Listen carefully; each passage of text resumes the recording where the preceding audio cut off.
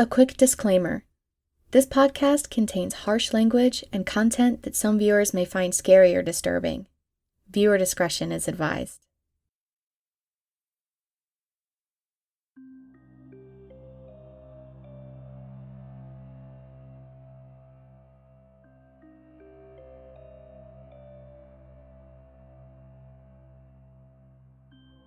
Hello and welcome to the 4th episode of the Dark Corners of Reddit podcast. Every week, I'll be narrating Let's Not Meet, paranormal, and other creepy stories from the horror forums of Reddit. I'm Bleak. This week's episode contains stories about the horrors of being home alone and making the grisly discovery that you aren't safe at work either. These tales of terror and more. So without further ado, let's turn down the lights and go to our corner.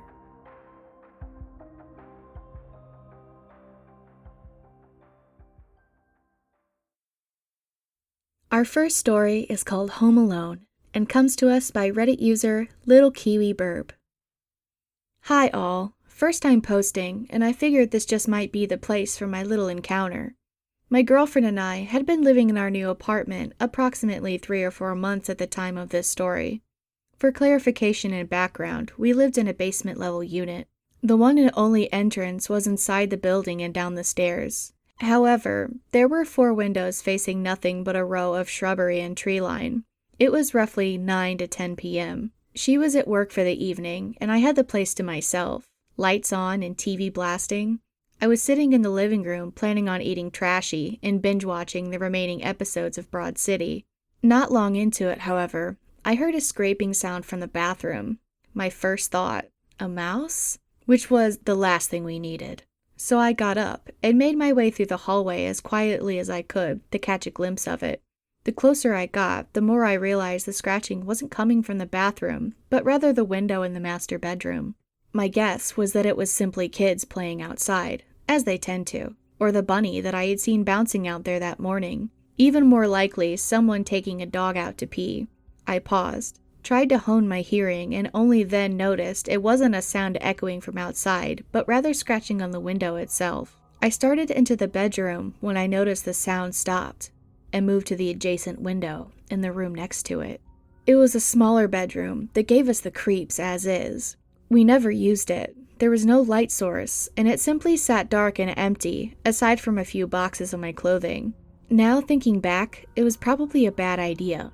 I'm a small girl, maybe 5'2", 90 pounds soaking wet, but I do have a bit of spirit and a tad bit of a temper. I hoped upon being discovered that whomever it was, obvious to me now that it was someone, not a something, would run off. I had caught him red-handed, so I steeled myself and yelled out, "I hear you! What do you want?" The scratching stopped instantly. I waited. After what felt like an eternity, I assumed the coast was clear. I made my way to the windowsill and slowly cracked open the blinds. I don't know why I did, because there he crouched, peering into me with the widest and wildest eyes I've ever seen on a person. Most certainly strung out on something. He told me to let him in. As shocked as I was, I almost laughed at the audacity, as if I was just going to swing open the window and let him waltz in. Using the remaining courage I had mustered, I told him not so gently, "No, now get the fuck away from my house." He again told me to let him in, to which I informed him I was calling the police, and hurriedly proceeded to do just that. I even turned the phone to face him for added effect, hoping this act would scare him or intimidate him. Anything to get this man to leave. Unfortunately, it had the exact opposite effect. He was seething, raging, and practically foaming at the mouth. He drew back and punched the window, hard, repeatedly slamming his fists and palms against the glass. The window started cracking, blood flinging up like a gore-filled movie effect. I was out of there fast, heart racing, slamming the door shut behind me. I was so tempted to run out the front door, but incredibly scared that he would just come around to the front of the building. It would take no time at all for him to do so. Torn and trapped, I picked up the nearest blunt object and placed myself between the 2 doors. I figured whichever one moved first, I'd go to the other. I still had my phone to my ear, urging the 911 operator to get someone there fast. In my panicked state, I also feared for my girlfriend, who would be coming home soon. I messaged her, warning her about what was going on. Eventually, sirens and a pounding came to the front door. The police had arrived. I explained what had happened, and they searched the apartment and area near the window, coming back with a set of keys that he had possibly dropped, but no sign of him other than the broken window. They took a sample from the blood splatter on what was left of the glass. My girlfriend came home shortly after, having left work early and calling the police herself. I'm grateful she did. Maintenance had been notified, and they threw up temporary boarding until it could be repaired. They never actually found the guy, or if they did, I never received any updates about it. Definitely didn't get any sleep that night. Has anyone else been in a similar situation? How did you react? Our next story is called Always Sleep with the Curtains Closed by Reddit user Existentially Naive. This happened around September last year. School had recently started up again, which meant that work had as well. Now, I was usually the last person awake in my household, and that night was no exception. I think I finally fell asleep around 1:30 in the morning. Now, I could sleep really anywhere in my house, and that night the last room I was in was the living room. There were 2 windows in that room, one facing my back garden and one in my front garden. The curtains for the front window were drawn as usual, whereas the back ones were open, again as usual. By the back garden window was an old unused door that was used to enter the dining room. It had been locked 2 years ago by my parents when they moved in, and it was never used. The key for the door was lost. The moon was easy to see, and due to the placement of it, you could see some parts of the room, one of these places happening to be where I had fallen asleep. I think it happened around 4 or 5 in the morning, but an exact time is difficult to tell. A person or more, again unidentified, had broken the old fencing in the back of my garden and entered into it. There was another door that we used to enter the living room, but it was entirely glass, so it would have made loads of noise. This left the old wooden one. It seemed like the person had some sort of heavy tool with them. They managed to break the lock, and had actually been in my house, downstairs with me while I was fast asleep.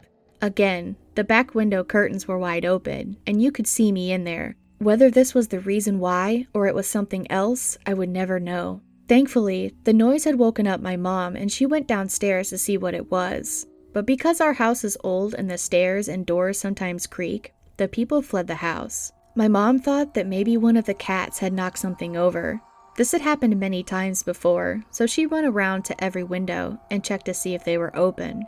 None of them were, but at 4 or 5 a.m., your mind doesn't really seem to function properly, so she decided to just look for it in the morning. It was the next day after my mom had come back from work that we had finally realized what had happened. She phoned the police straight away, and it seemed that similar events had been happening around our area. I don't sleep downstairs as often now, and I try not to be home alone either. My curtains were closed from then on. Like I said, this was last year, and we still don't know exactly what happened, or who was in my house that night, so it could have been anyone, and they were obviously there for bad reasons. So, whoever broke into my house that night, please, let's never meet. Our next story is titled, How Saying I Don't Believe in Ghosts Made Me a Believer, by Reddit user PDPumpkin44. When I moved out of home, I moved into a creepy old house. The heating didn't work, the windows wouldn't close properly, and the cupboards were full of these elaborate handmade shelves. There were these doors that led into different rooms that didn't make any sense. The house just didn't seem to have a normal layout, but the creepiest room was the laundry. It was a large square room with white tiles and a drain in the middle. Just think of a location inspired by Saw. When you walked into the room, it had 3 steps down to the floor. On the right was a sink and 2 doors, one for a shower and the other for the toilet. Straight ahead was the door to the garage. And next to it on the left, the cupboard under the stairs. This cupboard was freezing cold, but it was completely cement and brick, no draft and no gaps, just pitch black darkness. This cupboard was freezing cold, but it was completely cement and brick, no draft and no gaps, just pitch black darkness. I lived with 3 other people, but our schedules were all mixed, so Tuesdays were my nights alone. I started to notice things, like glass would break in the kitchen, but I'd walk in and nothing was broken. I'd walk outside to get the mail and close the door behind me with my dog inside and come back to her on the front step. Then the nightmares. Night after night, I'd have terrifying nightmares of someone knocking on my door. I'd get up to answer it, and no one was there. all of which I just shake off as an idle mind. Then one night, I was home and watching TV when suddenly I heard a loud rattling. I jumped to my feet and walked to the laundry room door where I could hear the rattling on the other side. Possibly someone trying to get through the locked garage door, I thought. I opened the door and the garage door handle was still, but the cupboard's one wasn't. The entire door was shaking like someone was inside the cupboard violently trying to get out. I froze, but just for a minute. I grabbed my dog and left the house until someone agreed to come over. I had a friend come over and walked inside. I sat on a stool well over a meter away from the wall. My friend sat at the table. "Maybe you just have ghosts," she said. I just want to add that I was raised religious and told that there's no such thing for 18 years of my life. In my head, there had to be a logical explanation, and my fears were surely irrational. "There's no such thing as ghosts," I scoffed. Without another second, there was a pressure on my shoulder that pushed me off of the stool I was sitting on and slammed me into the wall in one quick motion. To clarify, I didn't fall off the stool. If I did, I would have hit my head on the wall. My entire body slammed into the wall. I stood and looked at my friend and she looked at me. We said no words and I grabbed my keys and my dog and we got dinner. Nothing was ever spoken about it, how I was thrown across the room, but I moved out shortly after. And I will never say ghosts don't exist again. Our next story is called After This We Locked Our Doors and comes to us from Reddit user katescarousel. This happened to me a few years ago when I was 17. Creepy and hilarious in the same story. It was late one Thursday night, well after midnight. I was up finishing an assignment. I was flipping between my assignment and chatting to some friends on MSN Messenger. Oh, those days. And I heard someone outside, talking to our dogs like they knew them. We had a border collie and a cattle dog, both super protective. I thought to myself, who would be coming to my house at 12 o'clock? The penny dropped. I quickly sent off a message to the friend I was chatting to saying, I think someone's trying to get into my house. Now, I lived in a small town, and the house that this happened in was at the very top of a ridiculously steep hill. We never got foot traffic because of how awful it was to walk up. We never locked the back door, and in summer, which it was, we left it open to catch the breeze. Plus, with the two dogs, no one was ever game to try to get in anyway. So, I had just sent the message off when I heard the familiar creak of the gate swinging open, and then the click of it shutting. I heard footsteps walking in through the laundry. My blood ran cold. I was stuck in my chair, trying to figure out who I was about to meet. The footsteps got closer, and this very large man slumped up against the doorframe. I think he was drunk? I wasn't sure. "Who the hell are you?" I blurted at him. He started using the furniture to walk closer to me, and he wasn't very steady. How the hell he got up the hill, up the concrete stairs, and to this point was beyond me. "What the hell are you doing in my house?" I asked, trying not to panic. Thankfully, the furniture ended before he could get to me. He walked backwards and sat down onto the couch. He mumbled to me over and over, "I'm just going to sit down here." I was trying to figure out what the hell to do next. The phone wasn't close by, and my parents were asleep up the hallway, and I had to walk near him to get there. My younger sister was in the room closest to him asleep. No one knew what was happening, and I wasn't game to turn my back on him and message my friend again. I was also dressed in just underwear and a tank top, no bra. I stood up and said, "I'm just gonna go to bed now." As I stood up, he realized how I was dressed. He also stood up and said, "My, you have a sexy ass, don't you?" and started to get closer. I bolted through the kitchen, up the hallway, and flung myself on top of my dad, yelling about the drunk in the house. I don't think I've ever run so fast or screamed so loud. My parents finally registered what was happening, and my dad got up. This man was halfway up the hallway, having followed me. Now, my father was a very tall and hairy man. He had a penchant for dyeing his hair, mustache, and chest hair purple. He was also sleeping in only his underwear. So that tall, somewhat drunk, high guy now had a tall, angry, hairy, mostly naked purple man yelling at him to get out of his house. He sprinted out of the house and down the hill. My mom was on the phone to the police, and our next-door neighbors had heard our dad roaring and also called the cops. My best friend lived in that house, and she came out and comforted me. Her dad, who was over 6 foot and built like a brick house, came over and sat in the front yard until the cops showed up. 4 cop cars arrived. Must have been a slow night. 2 marked cars, undercover detectives, and the dog squad. My street looked like a disco party. They eventually caught him, and he was charged with drunk and disorderly and trespassing.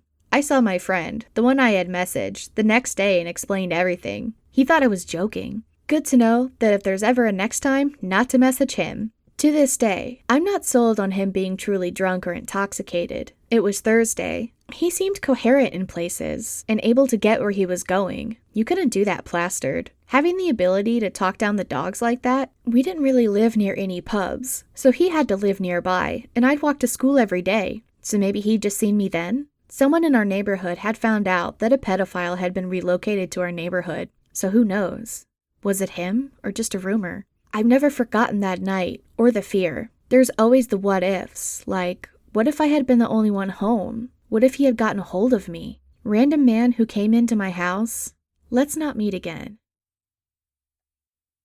Our 5th story this evening is called My Friend's First Boyfriend Wanted to Spend Some Alone Time with Me, by Reddit user Demonic Lily. When I first found this thread, I felt like this story belonged here. Sorry for it being so long. I'm a 25-year-old female, by the way. For some backstory, when I was about 15, I met this guy who would eventually become one of my best friends. We shall call him Dave. Dave and I had loads of mutual friends, so we saw each other a lot. Now, Dave was a gay man, but when we first met, he was so deep in the closet he could find Narnia. When I was 16, one of our mutual friends threw a Halloween party, and Dave brought the new guy who would eventually become my long-term boyfriend. We'll call him Alan. Now, him and Alan met their sophomore year of high school and had been best friends ever since. Alan knew that Dave was gay since they first met. I knew Dave was gay because I had accidentally seen his porn collection. Yet, it took another 1.5 years after Alan and I started dating for him to come out of the closet. We were happy he finally felt comfortable enough to come out. Not long after that is when Dave met his first boyfriend, and that is where our story begins. I believe that Dave and this guy met while on a camping trip. Well, this guy who we'll be calling Jimmy was a few years older than us, like around 25 at the time. Dave and Alan were both 20, and I was 18 and had just graduated high school. This entire story took place from May to July of 2012. Dave and Jimmy had only been dating like 2 weeks before I got to meet him. Dave drove up to my parents' condo with Jimmy in the car to pick me up. We were going to get some lunch together. Well, I wasn't ready yet, so I told them to come upstairs for a minute while I finished my makeup. Dave had been up there plenty of times and knew which unit was my parents'. They came in, I finished my makeup, and about 10 minutes later we were off. Now lunch was good, and Jimmy seemed nice, and after lunch, Dave dropped me back off at my home because I had somewhere else to be in the morning and didn't want to be out late. About 2 hours later, I was in my room watching TV with my dog when my mom popped her head in and asked me if I knew a guy named Jimmy. It turned out that Jimmy was at the front door asking for me. Dave had dropped him off at the library, which was about 2 blocks away from my home because he wanted to check Facebook while Dave went and ran some errands. He had gotten bored of that and walked to my house to see if I wanted to hang out. My mom let him in, and we went to my room. He then proceeded to lay across my bed like it was his own and started talking to me. So much for my TV show. I texted Dave and told him where Jimmy was and that he should come get him because I had things to do tomorrow and I needed to be asleep at a good time. Now, it took Dave about 45 minutes to show up, and during that time, Jimmy was just laying across my bed, asking me about myself. No red flags were going off at this point, but I was just annoyed because I was enjoying my evening watching TV. Eventually, Dave showed up, but before Jimmy left, he asked for my cell phone number. I gave it to him, and he left. The next few days went by uneventful, but then I got a message from Jimmy. He stated that he thought I was really cool and wanted to hang out with me. I told him that me and Alan hang out with Dave a lot, so he'll probably see a lot of me. Then he stated that he would like to hang out with it just being the 2 of us. I would prefer us hang out alone sometimes so we could get to know each other more. Smiley face. Is something along the lines of what he sent me. Now this is when the red flags started to go up. He kept getting more and more pushy. Eventually, I messaged one of my friends and was telling her about what was going on. She came over and read the messages and started telling him some random shit from my phone to get him to leave me alone, which worked, but only for a while. Now, I'm still not sure how this happened, but Jimmy had lost his place to live and needed somewhere to go, so he ended up moving in with Alan and his roommate at the time. Dave still lived at home and he hadn't come out to his parents yet, so Jimmy couldn't move in with him. It was a small 2-bedroom apartment, but they managed to fit a second full-size mattress into Alan's room on the floor, and that is where Jimmy slept. Except, Dave was constantly over there, so it was Alan, Jimmy, and Dave, all sleeping in one room. So now his room was always occupied by Jimmy and Dave, so me and Alan could never really get much alone time together. That was fine because they made good company, until Dave wasn't around. Jimmy was an absolutely horrible roommate. He never cleaned up after himself, never contributed to the food in the fridge. He didn't even have a car, so Dave drove him everywhere. It was a good thing that Alan's roommate was never home and didn't give two shits as long as nobody entered his room and the rent was paid on time. However, me and Alan were getting tired of his shit, but we put up with him because we both cared about Dave, and Dave was in love with this guy. After the text thing, I tried to ignore Jimmy, but every chance he got, he tried to talk to me. I tried to ignore it as politely as I could. I never did tell Dave or Alan about the texts, because I didn't want to start drama. He would flirt with me and give me hugs that were too long and put his hands on my shoulders or legs while sitting down. I usually pushed him off and moved away from him. Not long after this, he started asking me things like, "How long have you and Alan been together? He seems kind of like an asshole. Are you happy with him?" Which made me more uncomfortable. Alan and I don't do PDA because we think it's unnecessary and he treats me like a human being instead of a damn flower. So no, he's not up my ass holding me every chance he gets. But then Jimmy took it a step too far. This was a few weeks after Jimmy moved in. I was asleep in Alan's bed. We had finally gotten some alone time that afternoon and did what most hormonal young adults do. Afterwards, I was tired and wanted to nap, so I put on a tank top and my underwear and curled up under the blankets. Alan decided to let me sleep for a while, and afternoon turned into evening. Jimmy was now there. Alan was in the living room with his roommate, and Jimmy decided that it would be a good idea to spend some of that alone time with me, while I was sleeping in my underwear. Now, I had felt a warm body pressed against my back, and I was still out of it. I figured it was Alan. A while later, I heard a loud, "What the fuck are you doing?" and woke up. It wasn't Alan spooning me as I slept. It was Jimmy.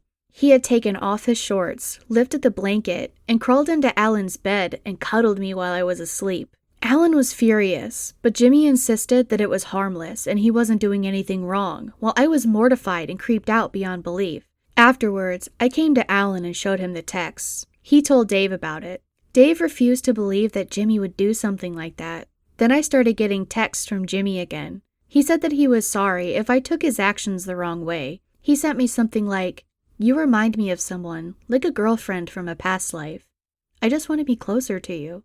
After this, Jimmy got kicked out of the apartment and Dave was pissed at us. But Alan refused to put up with that shit anymore. Dave dated him for about another month. After they broke up, he apologized to us, and now he doesn't talk about him except to call him a piece of shit. Me and Alan are still together to this day, and we're both close to Dave. So close to the point his mother invites us to family functions. Dave has moved on, come out to his parents, and has had a wonderful boyfriend for the last 4 years. This one has also never tried to spoon me. I'd forgotten about all of this until last year when I went to Walmart with my dad one day. We were there to get something, but he had wanted to check out the price of ammo for his 9mm while we were there.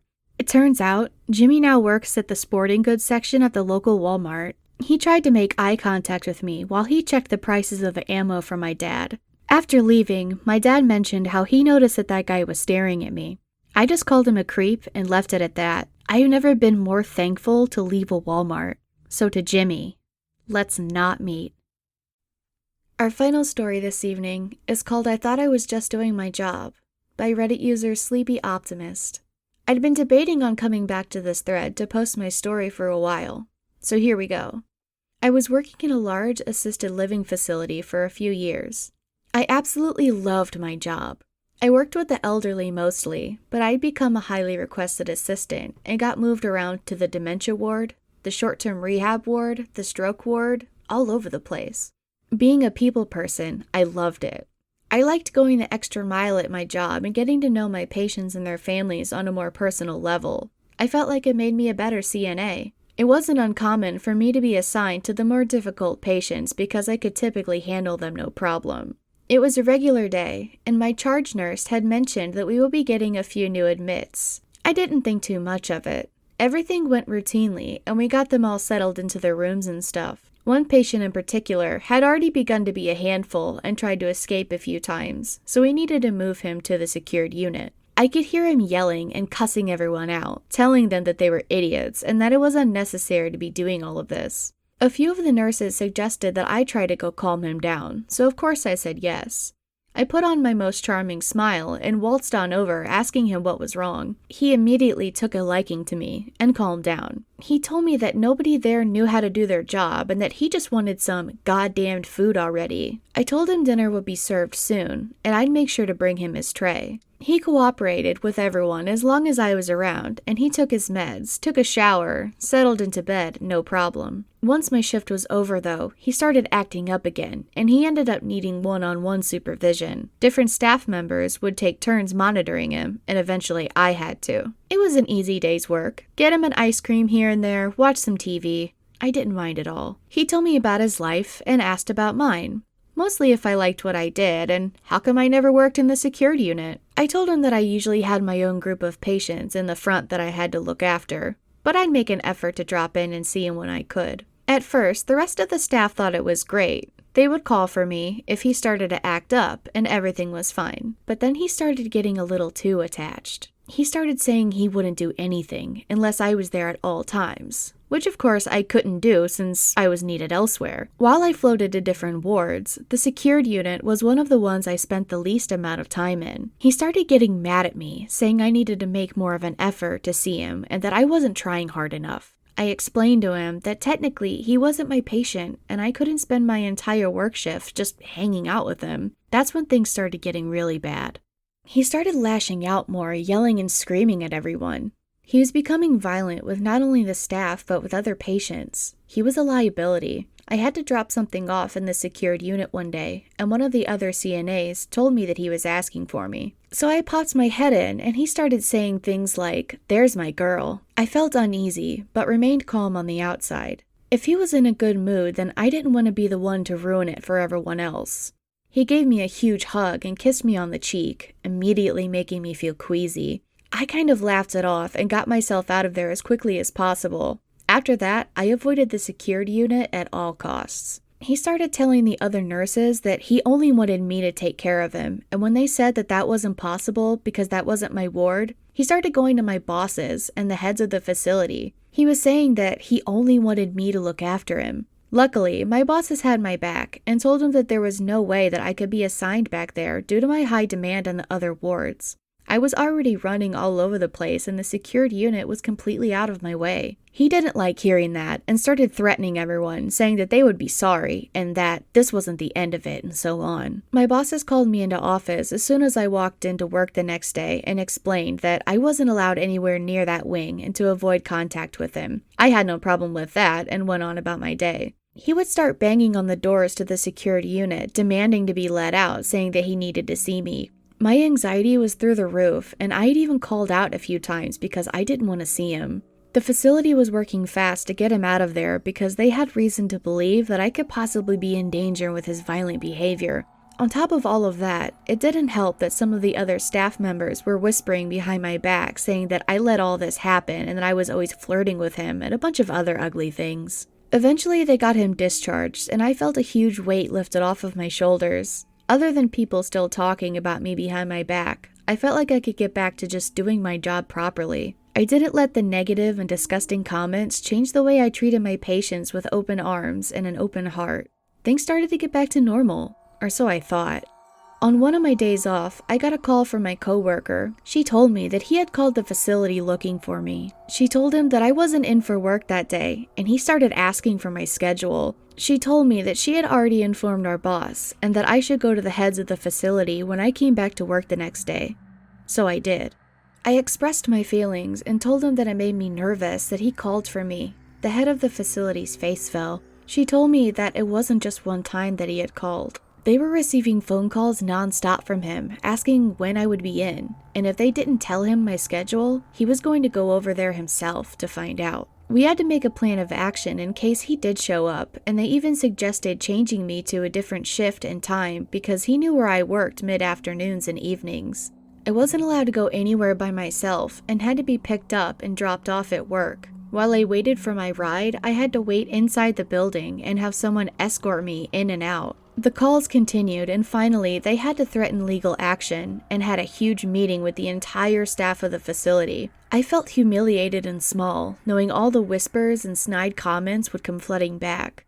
But luckily, I had more support than hate. The calls eventually started to slow down, and my true friends at work stood up for me when I wasn't there to defend myself to the people who didn't believe me. I started to get back into my normal routine once again, and started feeling like my old perky self. One of my bosses called me into the office one day with a big smile on her face and told me he won't be bothering you anymore. He's in jail for violating parole. I was over the moon. I felt like I could breathe again. My nightmare was finally coming to an end. A month or so later-ish, this was a while ago, so I can't remember exactly how long, I was at work getting people ready for bed, and suddenly everyone started talking and whispering like crazy. My phone was ringing off the hook, so I finally took a call from one of my charge nurses. She told me that he had been murdered in jail and to check out the article she sent me. I learned that he had an incredibly violent history, including child abuse, neglect, and other unspeakable things, domestic abuse, robbery, a few other things. My bosses asked me how I was feeling, and I told them that I couldn't say that I was the least bit sad. I wasn't surprised that his temper and mouth got him into some trouble. I've left the facility since then, moved on to bigger things, and I sleep soundly at night knowing someone like that can never bother anyone again. Thank you so much for listening to the 4th episode of the Dark Corners of Reddit podcast. I've decided to run a little segment by you all. I know this podcast has more of a true horror platform, but I've gotten a few questions about narrating some fictional stories as somewhat of a bonus episode. This would include some possible no-sleep stories, among others in the spooky forums of Reddit. This would be a really good time to accept some user-submitted stories for consideration for this first bonus episode. It's just an idea, but I'm highly considering giving you all a little something extra for the amount of love I've gotten in the past few weeks since the initial launch of the podcast. Definitely email me your thoughts and opinions, and as always, I appreciate you all. If you enjoyed this podcast, you can show your support by giving it a good rating on Stitcher, iTunes, Spotify, or on your go-to podcast directory. Visit me at darkcornersofreddit.com. If you have any tips, suggestions, or you just want to shoot the shit, you can email me at bleak@darkcornersofreddit.com, Facebook at facebook.com/darkreddit, and Twitter at darkreddit. Music from today's episode came from purpleplanet.com, a great source of free media for podcasts, YouTube videos, and blogs. You can find a credit link in the description. The Redditors that graciously allowed me to narrate their stories will be formally listed in the description as well. New episodes of the Dark Corners of Reddit will be released every Thursday. I'll see you next week in the corner. Until then, sleep safe.